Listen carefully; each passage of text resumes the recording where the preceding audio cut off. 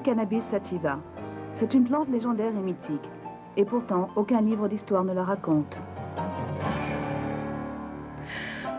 Janus du monde végétal, son double visage est un cas unique.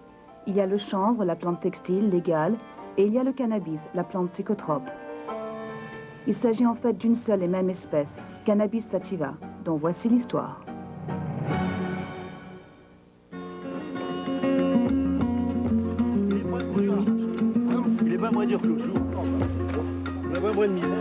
La scène se passe dans l'ouest de la France, près du Mans. Depuis des siècles, on y cultive le chanvre aussi bien pour son utilisation domestique qu'industrielle. Les fermiers ont conservé l'ancestrale méthode de travail appelée ruissage. Elle permet de fabriquer des cordages, câbles et voiles qui résistent à l'eau. Pour assouplir les tiges et en séparer plus facilement les fibres, le chanvre est d'abord imbibé d'eau avant d'être séché dans les champs. Aujourd'hui encore, on sépare les fibres manuellement, ce qui accroît le coût de production, même si un travailleur expérimenté peut rompre de 50 à 100 kg de chanvre par jour.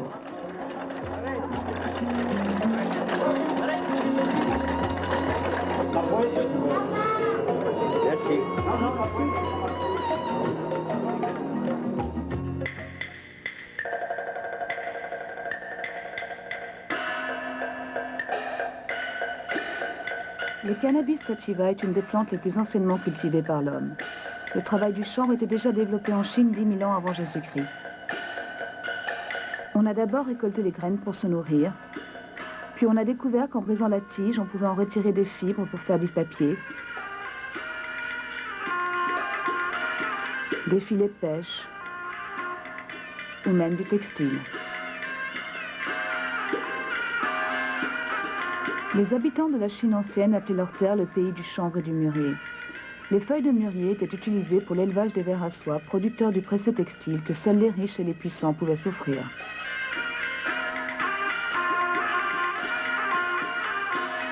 Les autres portaient des vêtements de chanvre.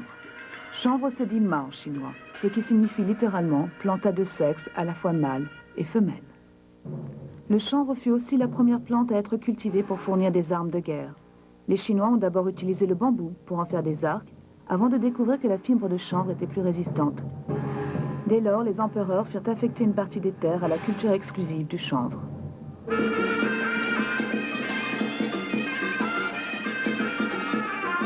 Arme de guerre, le chanvre servait également à la culture.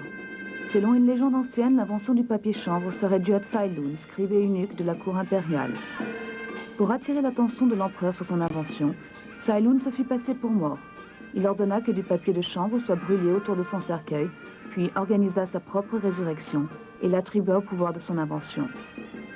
Depuis, les Chinois brûlent du papier de chanvre lors des funérailles. La légende est également à l'origine du Wufu, les 5 niveaux de deuil, un code qui impose aux parents d'un défunt le port de vêtements de chanvre différents en fonction de leur lien avec lui. Longtemps, les Chinois ont jalousement gardé le secret de la fabrication du papier de chanvre. Il faut attendre le 5e siècle de notre ère pour que ce savoir soit d'abord transmis au Japon avant de s'étendre au Moyen-Orient et d'apparaître finalement en Europe au XIIIe siècle. Cannabis, sur le plan étymologique, ça veut dire la tige, canne, avec deux sexes, bis, cannabis. Et ça veut dire la même chose d'ailleurs en chinois, c'est ça qui est intéressant, le mot ma, pourtant c'est un mot qui est sorti d'une culture complètement différente, et il veut dire exactement la même chose. Ma, ça veut dire aussi la plante dont on utilise les fibres et qui a deux sexes. Pour ce qui est du chanvre, on recherche une grande richesse en fibres, et que ça on le trouve encore plus dans la plante mâle. La plante femelle est pratiquement le prototype de la plante qui se fume, parce que c'est là que se concentre la substance psychoactive. C'est la plante qui a deux sexes, c'est quelque chose de complètement fondamental.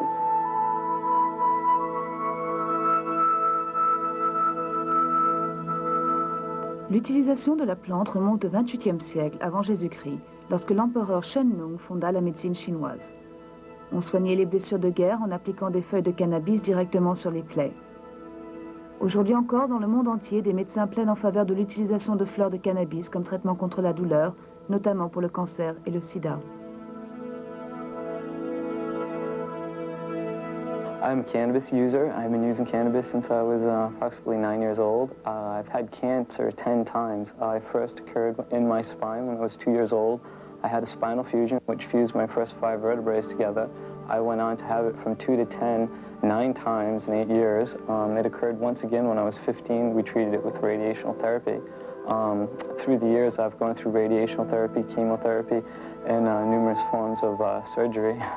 And I stumbled upon cannabis once after radiational therapy use. It alleviated my dizziness and nausea, just the secondhand smoke, and it also increased my appetite. And right now, I go around the world and I try to teach people about cannabis and its benefits and its usages, because I found it so beneficial in my situation.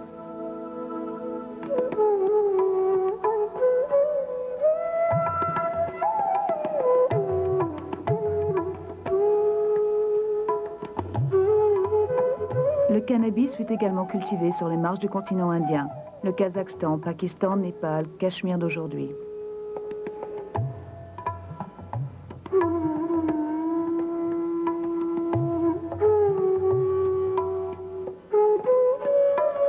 Les fermiers indiens utilisaient la technique du ruissage pour le transformer en farine, bouillie et même pop-corn. Les graines servaient aussi de nourriture et fournissaient une huile à faible teneur en acides gras.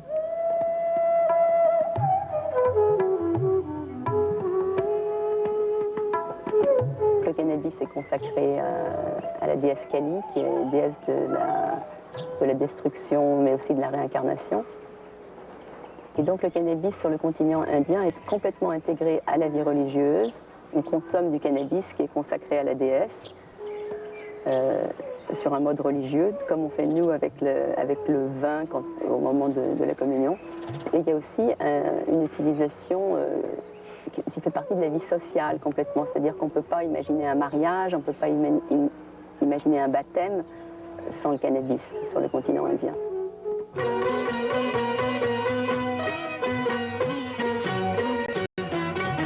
Hey man, try some of this. It's absolutely dynamite. Oh yeah?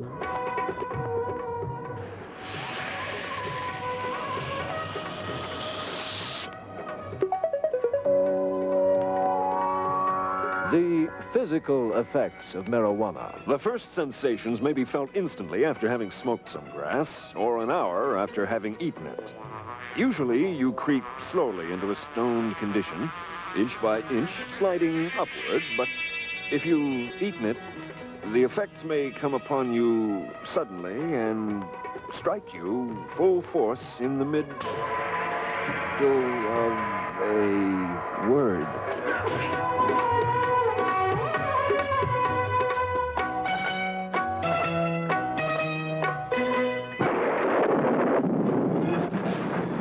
Au IIIe siècle après Jésus-Christ, l'empereur romain Galien recommande l'usage du cannabis qui, assure-t-il, entraîne bonheur et hilarité. Dans une société en pleine décomposition, les Romains se tournent vers des dieux venus d'Orient, Mitra et Zarathustra, dont les zélateurs se combattent férocement.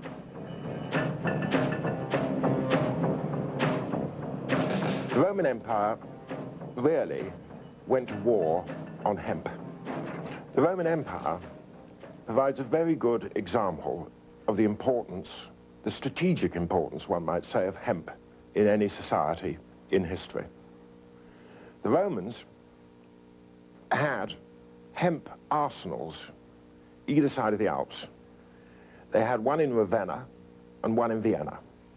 And the procurator of hemp was a very important position in the Roman hierarchy. That is not to say that hemp was only used by the Romans to make war with. It had its place in all the aspects of hemp and all the aspects of fibers that you can imagine that it would have, i.e. it figured in clothing, shelter, food, defense, aggression, and medicine. Plus tard, les chrétiens diabolisent le cannabis et lient son usage au rite satanique. En 1484, le pape Innocent VIII déclare sacrilège la consommation de cannabis.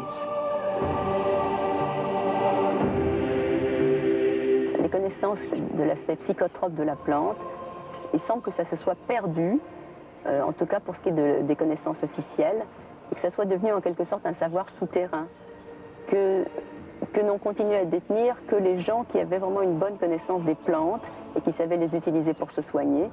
Et les gens qui avaient une bonne connaissance des plantes, alors à l'époque ça ne leur réussissait pas forcément, puisque essentiellement c'était les sorcières. Enfin, on les a nommées sorcières, puisque elles avaient accès à des pouvoirs qui dépassaient l'entendement de beaucoup de gens. Il faut attendre le 9e siècle et Charlemagne pour voir à nouveau encourager la culture du chanvre. Dans les monastères, les moines copistes travaillent sur du papier chanvre à la lumière d'une lampe à huile de chanvre. En 1455, c'est sur du papier chanvre que Gutenberg imprime la première Bible.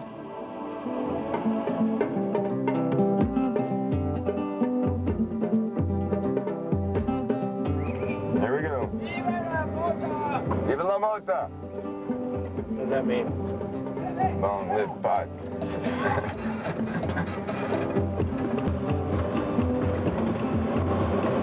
I have a good background in good education. I have 10 years of college, master's degree in biology, and 4 years in the School of Public Health at UCLA.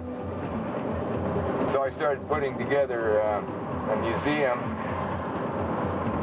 Slowly people started giving me things they thought were hemp, and I looked around and found things that were historical.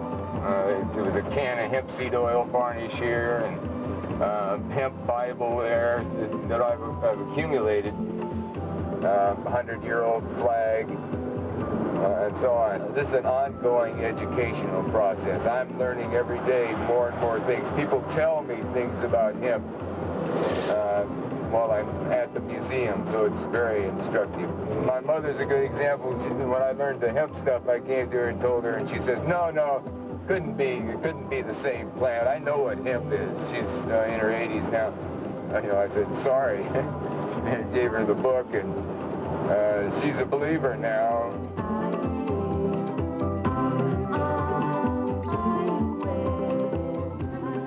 Au XVIe siècle en France, François Rabelais, médecin et écrivain, évoque de manière détournée le cannabis dans son célèbre ouvrage « Faits et dits héroïques du grand Pantagruel ».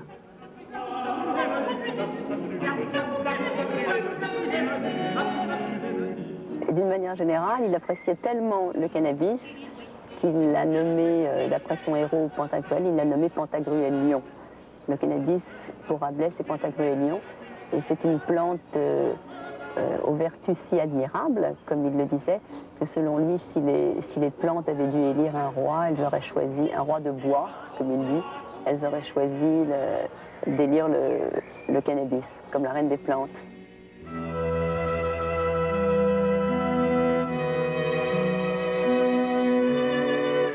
Rabelais' essay on Pantagruelion, stroke hemp, is corroborated by modern authorities. In particular, I could cite a noted French historian called Pierre Goubert. He was quite convinced that the marked increase in prosperity in the late 16th and 17th century in Western France was due, not exclusively, but primarily to the organization of the hemp and flax industries. We may remember that at the end of the 15th century, Spain was the mistress of the Indies. And it was, according to Goubert, the organization of the hemp and flax industries and their sale to Spain, their trade with Spain, that led to the rise in births, in marriages, into a general level of both population and prosperity at that time in France. Christophe Colomb découvre l'Amérique en 1492 et y introduit le chanvre par la même occasion.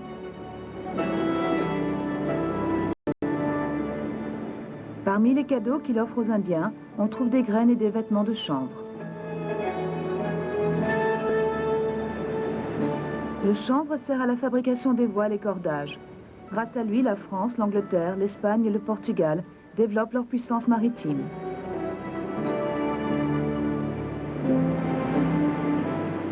En 1620, le Mayflower transporte les colons anglais qui vont conquérir l'Amérique. Dans sa cale, il apporte également des graines de chanvre. 100 ans plus tard, c'est sur du papier chanvre que sont écrites les ébauches de la Constitution américaine. C'est également le cas de la Déclaration d'indépendance signée en 1776. Les graines, quant à elles, furent introduites en Amérique par les esclaves.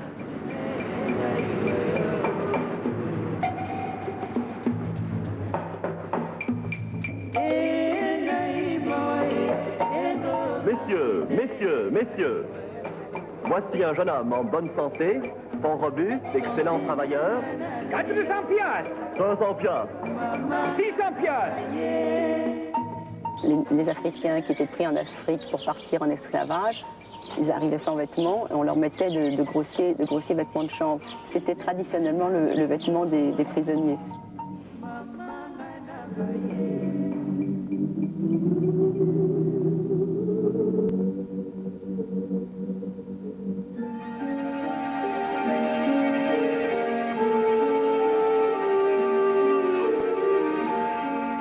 L'Occident a redécouvert le cannabis, ou du moins les utilisations psychotropes du cannabis dont on avait été coupé pendant plusieurs siècles, pendant les campagnes colonisatrices qui nous ont mis en contact avec d'autres cultures. C'est-à-dire que les Anglais l'ont redécouvert en Inde et les Français l'ont redécouvert en Afrique du Nord. Et quand Bonaparte a fait la campagne d'Égypte, il s'est passé ceci, que les soldats, en rentrant chez eux, ont rapporté des souvenirs du pays, dont du hashish. Et l'histoire moderne du hashish en France remonte à la campagne d'Égypte de Napoléon. Et Bonaparte a failli être assassiné par un Égyptien qui, justement, avait consommé du hashish. Donc, d'emblée, on était dans la note qui allait caractériser nos rapports avec le hashish, c'est-à-dire que d'emblée, Napoléon l'a fait interdire en Égypte.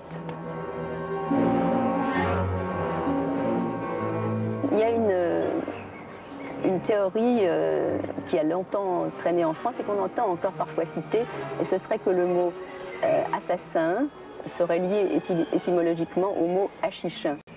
Alors si on regarde vraiment de près cette histoire, ce qui est intéressant, c'est qu'en fait on n'a vraiment aucune raison de penser que ça soit lié sur le plan étymologique. Néanmoins, on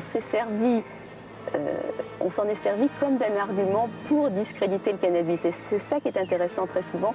On peut retrouver ça par exemple avec le mythe de l'escalade. Très souvent, l'Occident a fait des contorsions mentales pour arriver à prouver que le cannabis était vraiment dangereux.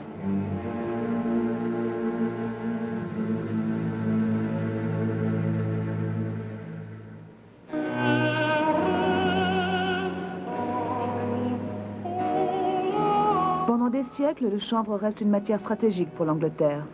Au début du 19e, il compose l'essentiel des cordages et des voiles des navires. Il est importé à 90% d'Italie et de Russie. Avec les guerres de conquête napoléoniennes, le royaume britannique craint pour ses approvisionnements. Le roi d'Angleterre, George III, développe la culture du chanvre et construit des manufactures dans les ports de la côte sud du pays.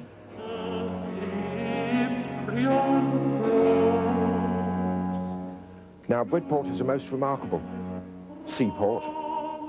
It has been making, growing, manufacturing hemp, flax, sailcloth, ropes, twines, nets of every conceivable description since time out of mind. And I use the phrase time out of mind because it was used in the charter by King John of 1213, where he wrote to the burgesses of Bridport and exhorted them night and day to make cables and ropes of every description. There were frequent wars with France, certainly from early medieval times, until, of course, Napoleonic Wars. And Bridport took part in that span of history. En 1803, la marine anglaise organise un blocus contre la France.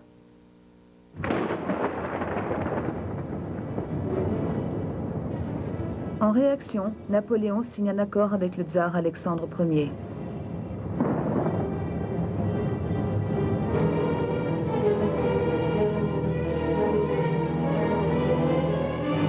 Le traité de Tilsit interdit notamment les exportations de chanvre russe à destination de l'Angleterre et des États-Unis. Malgré les protestations de Napoléon, Alexandre Ier laisse passer le chanvre en contrebande à destination de l'Angleterre.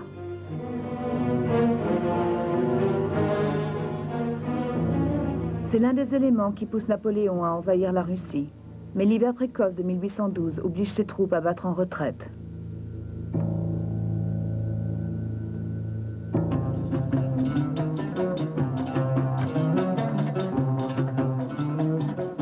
Dans l'Europe du début du XIXe siècle, la mode est au cannabis. L'Orient et ses mystères provoquent les passions les plus folles. La vogue orientale influe sur les règles vestimentaires, la destination des voyages ou la décoration des intérieurs. Pour se conformer au goût du jour, on fume le hashish selon la méthode ancestrale de la pipe à eau, également appelée mouka. À Paris, l'hôtel Pimaudan abritait le célèbre club des hashichins. Artistes et écrivains venaient y déguster la fameuse confiture du docteur Joseph Moreau de Tours. Parmi les plus célèbres, on compte Théophile Gautier, Eugène Delacroix, Charles Baudelaire, Alexandre Dumas, Gérard de Nerval.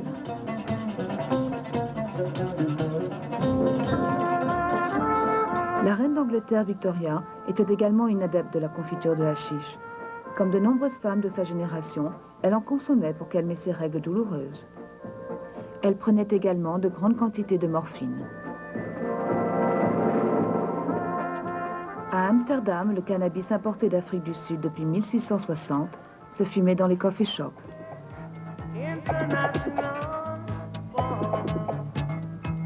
Une tradition qui se perpétue aujourd'hui.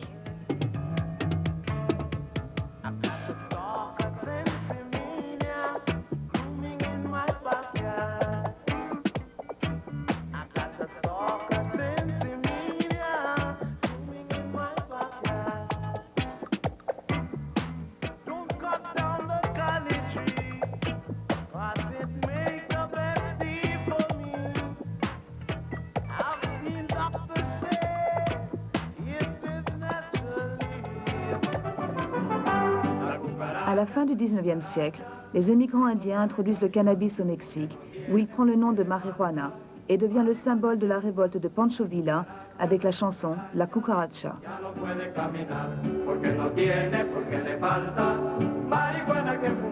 De leur côté, les fermiers mexicains reprennent à leur compte la méthode indienne du rouissage pour apprêter les fibres. Ils fabriquent toutes sortes de produits, des chapeaux aux sacs, en passant par les tapis.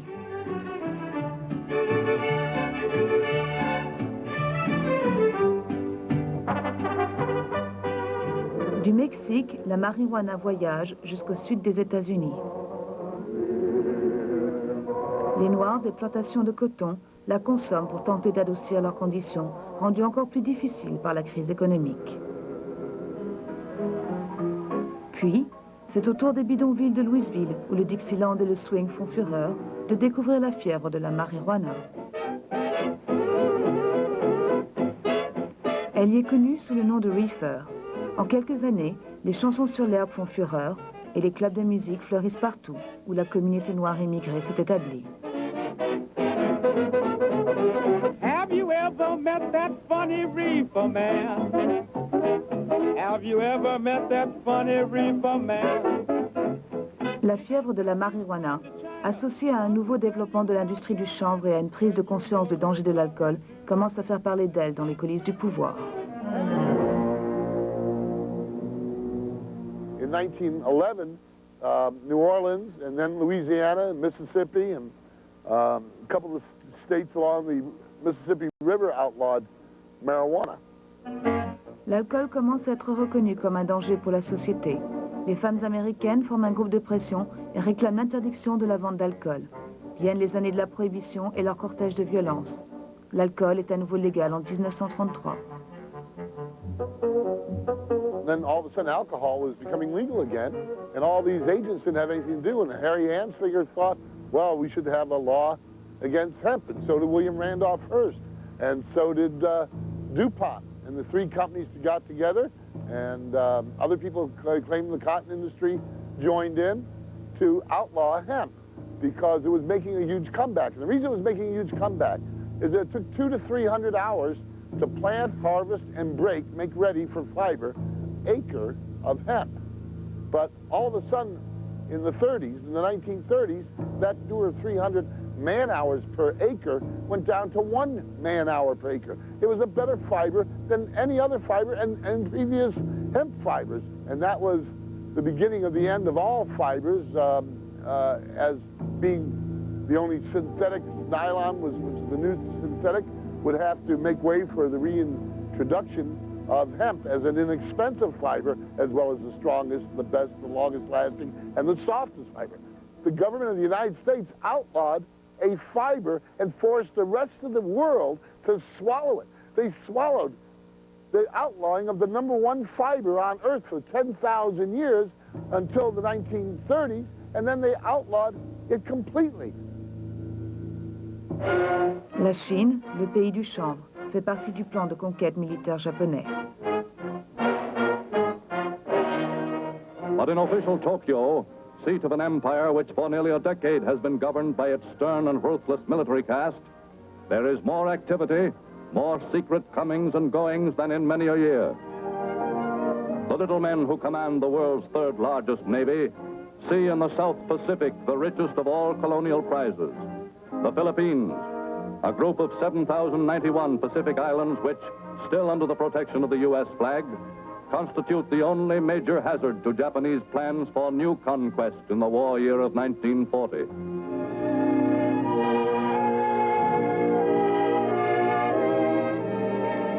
Already one important island industry, the growing and processing of Manila hemp, is almost entirely under Japanese control. And within the past few years, by intensive cultivation, Japanese immigrant farmers have increased production of the one cash crop which has long been a virtual Philippine monopoly. L'invasion de la Chine et des Philippines, deux pays gros producteurs de chanvre, provoque le début d'un rationnement. De son côté, comme d'autres grands chefs de guerre avant lui, Hitler prend conscience de l'importance stratégique du chanvre qui sert à la fabrication de nombreux textiles indispensables en temps de guerre. Lorsque les troupes allemandes envahissent la Russie en 1941, elles coupent l'accès du chanvre russe. L'Allemagne parvient à poursuivre sa production de chanvre, mais l'Angleterre est privée d'une fibre nécessaire à son effort de guerre. En 1942, les troupes allemandes atteignent le cœur de la Russie. Leur pays continue à produire le chanvre. Il permet à Hitler de préparer librement ses prochains mouvements militaires.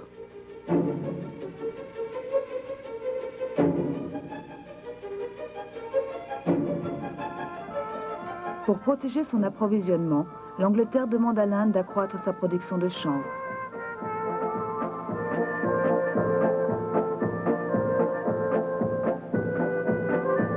Pendant ce temps, la guerre gagne du terrain au Japon. Within little more than a year, Japan, successfully employing once again the deceit and treachery which had so well served her in the past, had taken the final desperate plunge. Lorsque les Japonais bombardent Pearl Harbor et obligent ainsi les Américains à entrer en guerre, ceux-ci s'aperçoivent qu'ils n'ont plus accès à leurs sources d'approvisionnement en chanvre. Or, les forces armées dépendent complètement du chanvre pour les cordages, câbles et ficelles, ainsi que les chaussures, bottes et autres équipements divers. Le gouvernement américain décide alors de former une industrie de guerre pour le chanvre. Il relégalise la marijuana et distribue des graines à ses fermiers. Un film de propagande, Hemp for Victory, du chanvre pour la victoire, est même réalisé pour encourager cet effort de guerre.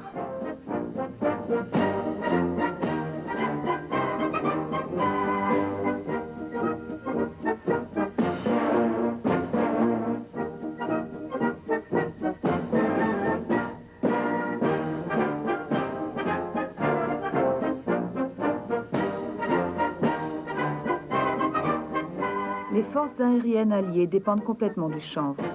Les sangles des parachutes, tout comme les sacs à dos et les ceintures, sont faits de chanvre.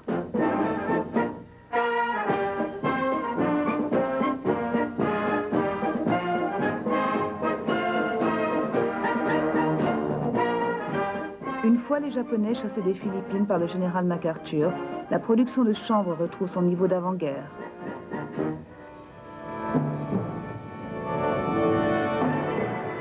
Après les années de guerre, un nouveau monde apparaît.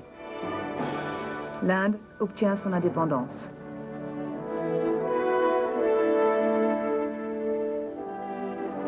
Grâce à la mécanisation, le pays double sa production et peut développer ses exportations vers les États-Unis et le reste du monde.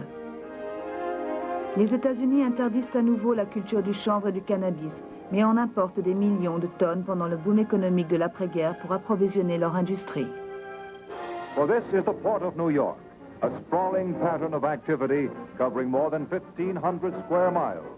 Its 650-mile waterfront, an ever-changing mirror reflecting the work of the world and its needs and tastes. Grain from Canada, and fish from Portugal and Norway.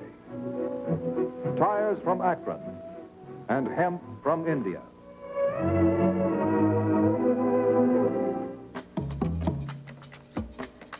Dans la France de l'après-guerre, la culture et le travail du chanvre connaissent une véritable révolution industrielle. Ce qui est intéressant, c'est de se rendre compte qu'en France, on a continué à cultiver le chanvre malgré cette prohibition qui le frappait aux États-Unis. Aux États-Unis, en interdisant la marijuana, on a interdit le chanvre, on n'avait plus le droit d'en faire pousser. En France, on a continué à en faire pousser. La France était une nation très rurale à l'époque, elle est restée jusque dans les années 50, et donc on a continué à faire du chanvre. Et ce qui s'est passé là, c'est que les fibres synthétiques ont pris un tel développement que même en France, c'est-à-dire dans un pays où on avait encore le droit d'en faire pousser, le chanvre a néanmoins connu un déclin très important jusqu'à ce que l'industrie textile du chanvre meure de sa belle mort à la fin des années 60. Dans les années 60, la génération des hippies lance un mouvement mondial en faveur de la légalisation du cannabis. Sa consommation est encouragée par les vedettes du rock anglais et américain. Les Beatles, John Lennon en tête, bouleversent l'Angleterre bien pensante avec leur message ouvertement pro-cannabis. Lorsque les Rolling Stones, Mick Jagger et Brian Jones sont arrêtés pour possession de cannabis, ils sortent une chanson, We Love You, une réponse en pied de nez aux représentants de la loi. Modern art, there's nothing in it. When you tune things, you sit down with a sigh of relief. Thank God I don't have to learn, I don't have to travel, I don't have to exert myself in the slightest. I am what I am. Youth is youth, pop is pop. There's no need to progress, there's no need to do anything. Let us sit down, smoke our marijuana, an admirable thing in itself, but not the end of anything. Let us listen to our records, and life has become a single moment. A single moment is eternity.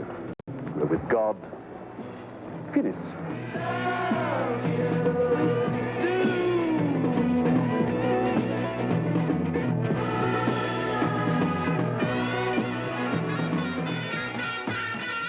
L'intérêt des Rolling Stones pour la culture marocaine fait des émules. Ils créent ainsi une alternative à la mode de l'Inde et des Beatles. Désormais, c'est vers le Maroc que les hippies prennent la route.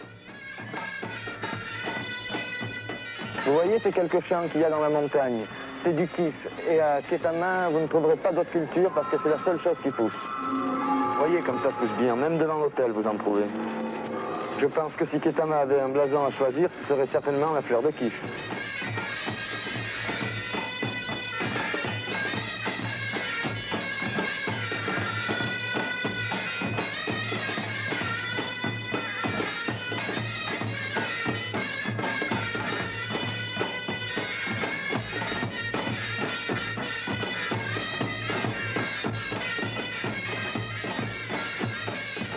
Je crois qu'ici, il y a au moins plus de 10 tonnes de kiff cultivées à l'année. Donc il doit bien y avoir d'autres choses que les hippies qui viennent l'acheter. Dans les années 70, en Jamaïque, les Rastas fument le cannabis qu'ils appellent ganja. C'est un devoir religieux qui les aide à communiquer avec leur Dieu. Herb is the sacrament of the Rastafari Church. And basically, through studying the Bible, we understand that it's there for the healing of the nation. In other words, it can nourish the mind just as food nourishes the body. It's like a key that can open certain aspects of your mind. And the brain needs feeding just as the rest of your body does. But for me personally, it seems to tune you into a certain wavelength that you can't reach without it. Although I do understand that through certain meditations, one can achieve these heights without smoking herb or taking any other drugs.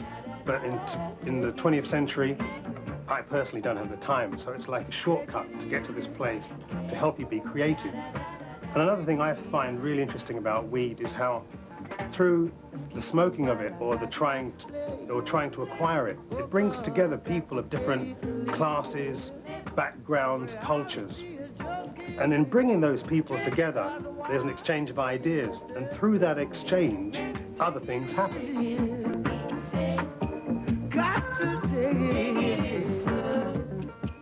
Toujours dans les années 70, le cannabis est légalisé à Amsterdam.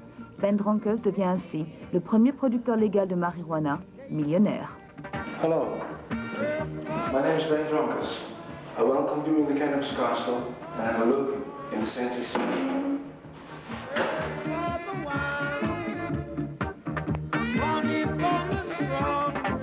Well, hello, here you are in the dungeons of Cannabis Castle, Sensi Seed Bank grow rooms. This is where it happens for the last about 14 years that we grow all kind of new varieties that are well known, like Northern Lights, Skunk #1, Big Bud, Haze, and of course also the new variety Jack Herer, what we're going to produce this year on the market. Here we find different varieties that me and my colleagues, we tested out by once in a while looking at the plants and try them out. In that sense, it's a wall where people can always look and go back to and say this variety had a certain smell or a certain aroma. Quality is very important, and it's the most important factor where we look at. Always people think also about quantities of material you can harvest, and of course it's very difficult to have a balance. You find plants with very large big buds, and you find plants with smaller buds. But even the plants like this that have a very small bud is one of our basic plants we have for the breeding of many of the strong varieties that you can see on this side. That means that some of the strengths and some of the important potency we always try to bring back in one variety, and that is the variety that people buy in the shop. And that is the importance of good seed, is like any farmer could know that that's the start, and then you end up with some good materials. The Sensi Seed Bank grows the best marijuana seeds in the world, I think, for many years. Also, we want to make the best hemp seeds from the world, and we're working very hard on that. For that, we made a new company that's called Hempflex, and Hempflex produced in the north of Holland, on this moment, last year, 140 hectares of hemp, and coming year we want to go to 1,500 hectares. That is the minimum we want to do, and for sure later on we will have to do more. From that material we have produced last year, we're producing on this moment just the raw fiber and the wood materials. It comes out like that. And from the wood we have the plan to make cat litter, and actually the same things like people want to do in England. It's beautiful wood you can press from it, and also some composites like this pressed from fiber and wood. And very interesting, what I like, one of the things I like myself the most is the isolation material. It smells good, you can make it fireproof, and it's much better than all the glass fiber that is all in these living rooms out there. So hemp is the future.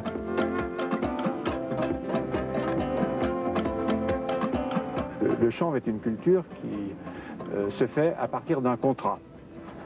Le contrat nous est donné par un industriel en relation avec notre fédération des producteurs de chanvre, et à partir de là, il est possible de cultiver du chanvre. Donc les enlèvements de champs se font chaque année vers le mois de mai et la récolte se fait aux environs du 1er septembre. En France, les graines produites dans la région du Mans contiennent un taux d'agents toxiques très faible. Il y a une législation qui est très précise et qui dit que l'on doit employer des variétés de chanvre qui ont subi des tests, et en particulier du point de vue de la production de drogue, qui sont exempts de drogue. Elles doivent avoir un fort potentiel agricole, d'une part, mais aussi avoir, disons, un taux de drogue qui est extrêmement faible.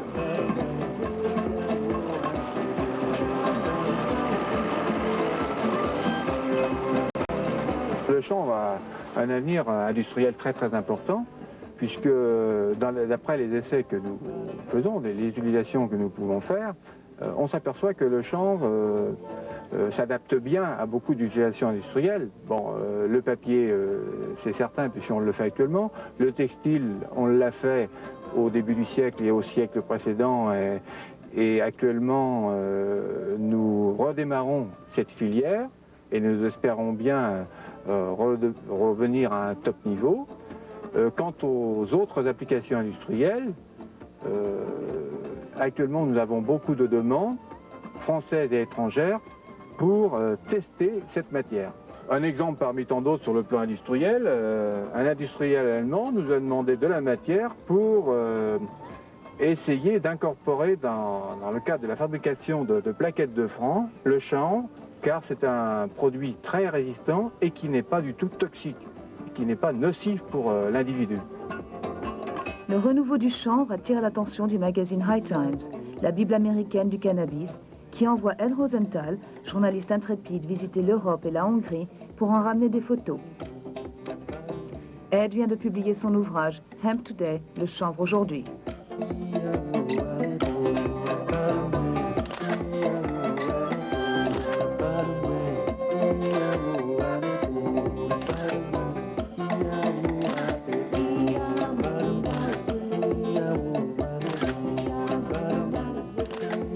En 1992, les médias britanniques font leur gros titre sur la première récolte légale de chanvre depuis 70 ans en Angleterre. We're often asked whether people can get high from this because obviously people see it as being cannabis, marijuana. We prefer to call it hemp. One of the things we had to convince the Home Office before they issued us the license was that we would be able to comply with current European law, which says that you must not grow varieties which have got more than 0.3% THC. Which is the cannabinol in the plant. And obviously we have been able to convince them with our trials in previous years that the varieties are totally safe. They have checked up on these crops, they've sent inspectors around, samples have been taken to check, and you can get no satisfactory effect from smoking any of this crop. Or if you smoke the entire 50-acre field behind me, you would get a very big headache that would do yourself no good at all. La police anglaise a cessé d'arrêter les petits consommateurs. Dans le même temps, l'Angleterre connaît une véritable renaissance du cannabis et du chanvre. Londres devient un nouvel Amsterdam et des groupes de pop anglais reviennent en force dans les hit parades avec des chansons sur la marijuana. I am the grass man, I will burn for you. I am the grass man.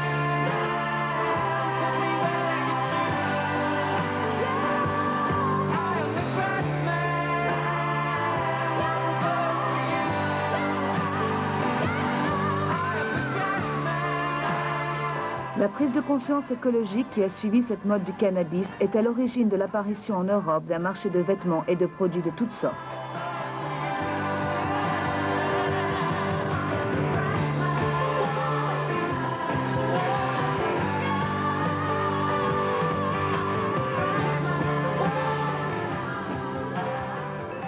Lors du premier festival écologique international de Francfort en mars 1995, les écologistes locaux tentent de promouvoir avec plus ou moins de succès la culture du chanvre. The International Hemp Association was formed in 1992. We're based in Amsterdam in the Netherlands. And this group was formed primarily to facilitate communication between the various groups, sometimes factions within the hemp world, We're a non-political organization. We try to be an impartial liaison between all sorts of factions involved with the cannabis world, whether they be involved with medical use, textile use, oilseed use, any of these various uses for hemp. Aux abords de la conférence, une exposition commerciale vante les bienfaits du chanvre et du cannabis. En Allemagne, depuis la dépénalisation du cannabis en mars 1995, le chanvre est en train de devenir une culture à la mode dans le petit monde des producteurs écologiques. It's 100% natural cosmetics done of the basis of hemp oil. For example, we make this shampoo. It's composition with hemp soap and the hair balm that they use it in combination with the shampoo, the best results gives. We have a perfume since more than 1 year in the market, a lip balm, care cream, and the soft soap. Also es ist eine riesige Handbewegung ausgebrochen durch das Buch, was eben vom Hanfhaus rausgegeben worden ist. In Deutschland ist es im Moment so populär, dass uns der deutsche Markt reicht. Wir haben Textilien aus Osteuropa, aus Ungarn, aus Rumänien, ganz wenig aus China, weil wir mit der Qualität noch nicht zufrieden sind und haben auch eigene Stoffe, die wir in Deutschland selbst herstellen lassen. Also ich hoffe, dass es dahin kommt, dass wir in Deutschland auch anbauen dürfen, weil es gibt viele Länder in Europa, die schon anbauen dürfen. Nur in Deutschland ist eben noch sehr viel Bürokratie am Werk, ja, und deshalb darf man hier noch nicht anbauen. Aber ich denke, es wird dahin führen, dass wir es auch hier anbauen dürfen. Ecolution attempts to get more hemp grown, produced, and sold all around the world, and we do that in a variety of ways. Our pride and joy project that we take the most satisfaction in is the development of the first hemp jeans, the first 100% hemp blue jeans since Levi Strauss first made them in the 1860s. Les graines et l'huile de chanvre sont de plus en plus utilisées dans ce qu'on appelle des préparations culinaires. En Suisse, le best-seller de la cuisine du chanvre offre 22 recettes nutritives à base de chanvre.